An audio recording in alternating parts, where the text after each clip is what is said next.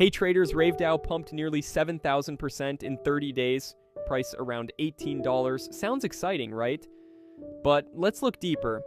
Top 10 holders control 99.38% supply. That's extremely centralized. One move from whales, price can crash fast. Also, 24-hour volume dropping while price is high equals momentum is weakening.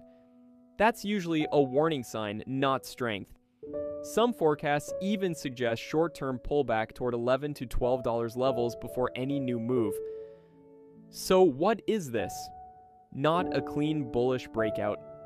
More like a high-risk pump phase. Possible scenarios: short-term bounce. Yes, if hype continues, sharp dump. Very possible if whales exit, final call. This looks more like a trap zone than a safe entry. Smart money waits, not chases. I've just shared some premium trading signals on my Patreon, including key support zones and realistic target levels you don't want to miss. If you're new, there's also a starter plan for just $10, a simple way to test things out. And if you've got a chart you want analyzed, just DM me anytime. Happy to take a look. Check the link below for full detail. Kumiki, and let's grow together.